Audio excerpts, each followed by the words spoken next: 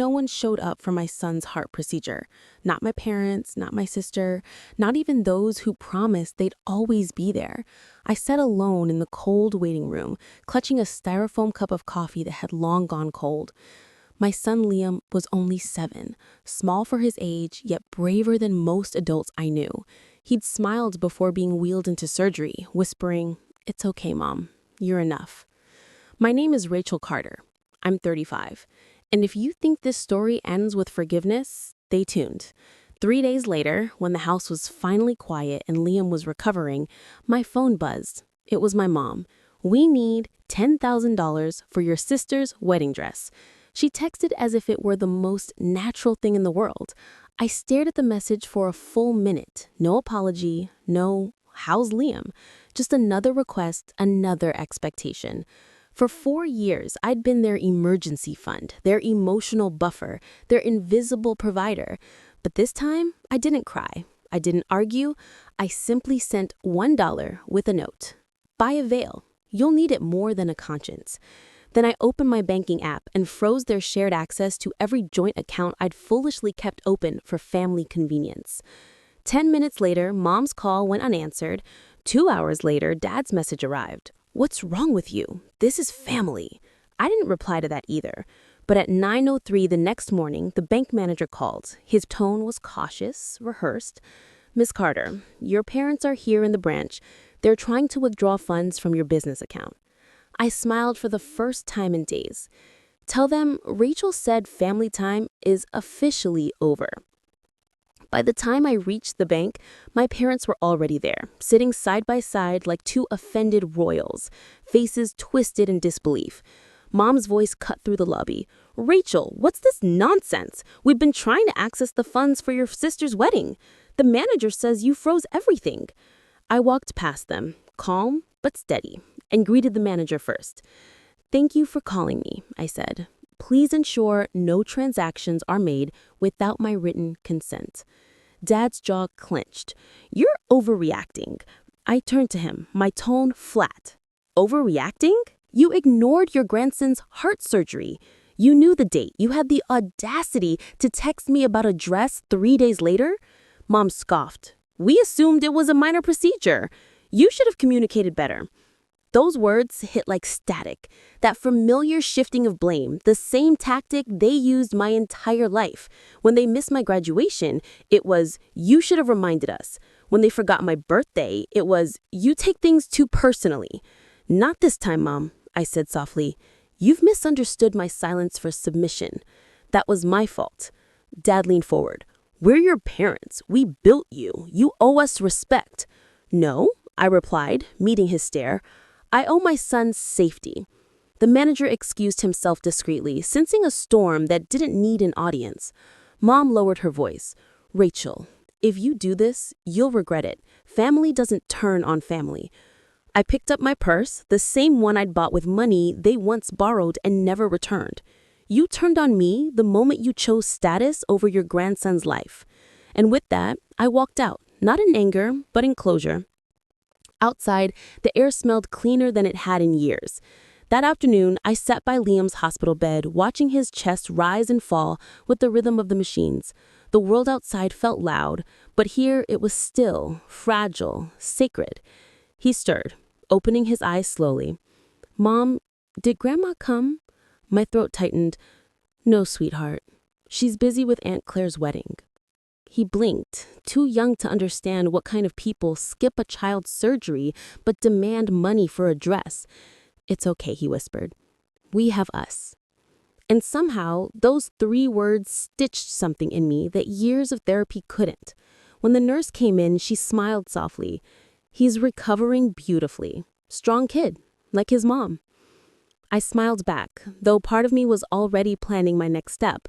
I wasn't just cutting emotional ties, I was untangling every financial knot they tied around my life. That evening, I called my financial advisor. "I want to move everything," I said. "Savings, business funds, everything into new accounts, separate from any family access." He hesitated. "All of it? Even your parents' co-signed investments?" "Especially those." By nightfall, the transfers were complete. Years of shared accounts, gone with a click. At midnight, my sister Claire texted, "Mom's losing it. You're ruining the wedding." Dad said, "You're ungrateful after everything they did for you." I typed back one sentence. "Tell Dad that gratitude isn't a leash." Then I silenced my phone and sat beside Liam, tracing his tiny fingers curled around mine. The monitor beeped steadily, a soft reminder that he, was what mattered. And for the first time in my life, I wasn't funding their comfort. I was protecting my peace. Tomorrow, they'd learn what real boundaries felt like. Morning brought chaos, not from the hospital, but from my voicemail. 12 missed calls. 4 from Mom, 3 from Dad, 5 from Claire. The last message came from an unknown number. "Miss Carter, this is Samuel from Community Trust Bank. Your parents are disputing account ownership. They've presented old authorization letters claiming joint access. Could you come in today?" I almost laughed. Even after everything, they were still trying to find a loophole. At the bank, Samuel looked uneasy as I handed him the binder I carried for years. Every statement, receipt, and signature carefully archived. "Everything after 2017 is under my sole authorization," I said, sliding him the proof. "They haven't contributed a cent since." He scanned the papers, nodding. "This settles it. You've got full legal control. We'll flag their profiles to prevent future access attempts." I thanked him, then turned to see Mom and Dad sitting in the lobby. They looked smaller now, not because they'd aged, but because they'd lost their illusion of power. Mom's voice was brittle. "You're humiliating us." I met her gaze. "You humiliated yourself when you valued a wedding dress over your grandson's heartbeat." Dad's jaw tightened. "We raised you. You wouldn't have anything without us." I smiled sadly. "Maybe, but you taught me what not to become." Their silence lingered as I walked past them, heels clicking across the marble floor. Outside, the sky was gray, the kind that promised rain, but never quite delivered. I tilted my face upward, breathing in the cold air. I wasn't angry anymore, just done. When I returned to the hospital, Liam was coloring in a book. "You okay, Mom?" he asked.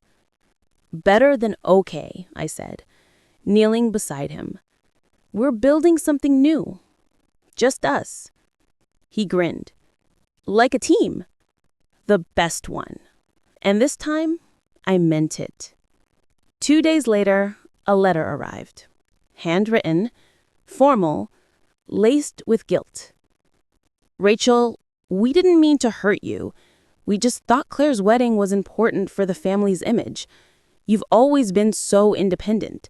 We assumed you didn't need us there. Please unfreeze the accounts. We'll pay you back soon." I folded the letter carefully and set it beside Liam's medical bills. Real responsibilities versus performative love. The contrast was almost poetic. That afternoon, I met with my attorney, Janine. She reviewed the letter, shaking her head. "Classic financial abuse," she said. "They're guilt-tripping you to regain control. You did the right thing cutting ties." "I still feel wrong," I admitted. "They're my parents." Janine looked up, steady. "No, Rachel. They're adults who made choices. You're a parent now, too, and you're making better ones." Later, I sat with Liam on the porch, coloring beside him. His crayons rolled across the table, one falling to the ground. I picked it up and laughed quietly, a small, ordinary moment that felt like life rebuilding itself. When my phone buzzed again, it was another message from Claire. "Mom says you owe her. She put her name on your college loan papers. She could ruin your credit." I smiled and texted back. "Already refinanced. Tell her to keep the receipts." Then for the first time, I blocked them all. That night, as Liam slept peacefully, I opened my journal and wrote, "I used to chase love by paying for it. Now I'm learning that love doesn't invoice you." Outside, rain began to fall. Soft, steady, cleansing. And in that quiet rhythm, I realized I hadn't lost my family. I'd simply stopped funding my own pain. The next morning, the inevitable storm arrived. Not emotional, but legal. My bank called to inform me that my parents had attempted to open a joint loan using my old identification documents. The fraud alert triggered instantly, freezing their attempt before it reached approval. When the manager finished explaining, he sighed. "Miss Carter, I've seen this before. Families trying to exploit financial trust. You've handled this better than most." I thanked him and hung up. My pulse was calm, my conscience clear. There was no shock anymore, just confirmation of who they'd always been. At lunch, Janine called. "You've got every legal safeguard in place now, but I need to ask, do you want to pursue charges?" For a long moment, I stared out the window at the hospital courtyard, where Liam was walking slowly with his nurse. His small steps, his laughter, they were worth more than any inheritance or bloodline. "No," I said finally. "I just want them out of my life." Janine's tone softened. "Then you already won." That evening, Claire texted from a new number. "They're saying you've turned cold, that you're punishing them." I typed back slowly. "I'm not punishing anyone. I'm protecting a child from learning what neglect looks like." She didn't reply. When I tucked Liam into bed, he whispered, "Mom, when I get better, can we go somewhere far? Like really far?" I smiled. "Anywhere you want." He grinned sleepily. "Then I want the beach. Just us." Later that night, I booked the tickets. 2 seats, 1 future. For years, they'd used guilt as currency. Now I'd learned to trade in peace. And peace, it turned out, had better returns. A week later, I took Liam to Oregon coast. The air smelt like salt and forgiveness. He ran barefoot through the sand, a thin scar peeking from beneath his t-shirt, proof of what we'd survived. I watched him chase waves, his laughter echoing louder than any memory of what they'd done. For the first time in months, my phone stayed off. No notifications, no demands, no guilt. Just wind and light and the steady rhythm of the sea reminding me I'd finally broken the cycle. That evening, as the sun dipped below the horizon, I opened my email for the first time all week. There were messages from clients, colleagues, and one unread from my mother. "We're selling the house. Your father says we've lost too much because of you. You've changed. You used to care." I read it twice, then clicked archive. Change. That was the word she couldn't understand. I hadn't become cruel. I'd become conscious. Later, I tucked Liam into his blanket, his skin warm against the ocean breeze. "Do you think Grandma's still mad?" he asked sleepily. I smiled softly. "Maybe. But anger fades when it has no audience." He yawned. "I'm glad you're my mom." Those 6 words were worth more than every dollar they drained from me. When he drifted off, I sat outside our beach cabin, watching the tide pull away from the shore. Every wave that retreated felt like another layer of history leaving my skin. I realized then I hadn't cut ties out of bitterness. I'd simply refused to drown with people who never learned to swim. Tomorrow, we'd head home, not to rebuild what was broken, but to start something better, built on honesty, not obligation. 6 months later, the world felt different, quieter, stronger. Liam was healthy, thriving, his scar barely visible, his smile bigger than ever. I'd started a small foundation in his name, the Carter Heart Initiative, to help single parents afford pediatric surgeries. It wasn't about revenge or redemption. It was about purpose, turning pain into protection. At the foundation's launch, a local reporter asked, "What inspired you to start this?" I hesitated, then smiled.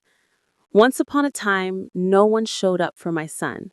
I decided that would never happen to another child again. The next day, an envelope arrived at my office. No return address, just my mother's handwriting. Inside was a check for $500 and a short note. "I saw the news. You've done well. I hope this helps the children." For a moment, my throat tightened, not from sentiment, but from the strange peace that comes when you stop expecting apologies. I folded the check neatly, slipped it into a donation box labeled anonymous, and whispered, "It will." That evening, Liam and I stood outside watching the sunset. The air smelt like summer rain. He held my hand and asked, "Mom, are we happy now?" I looked at him, alive, free, safe, and nodded. "Yes, baby, we're happy." Later, as he slept, I logged into my bank account. Not to check balances, but to smile at the quiet screen. No shared access, no withdrawals, no manipulation. Just clean numbers. My freedom, I realized, doesn't always roar. It sometimes hums through steady breaths, through a child's heartbeat, through peace you no longer have to buy. I turned off the light and whispered into the dark. They taught me what love isn't. He's teaching me what it is.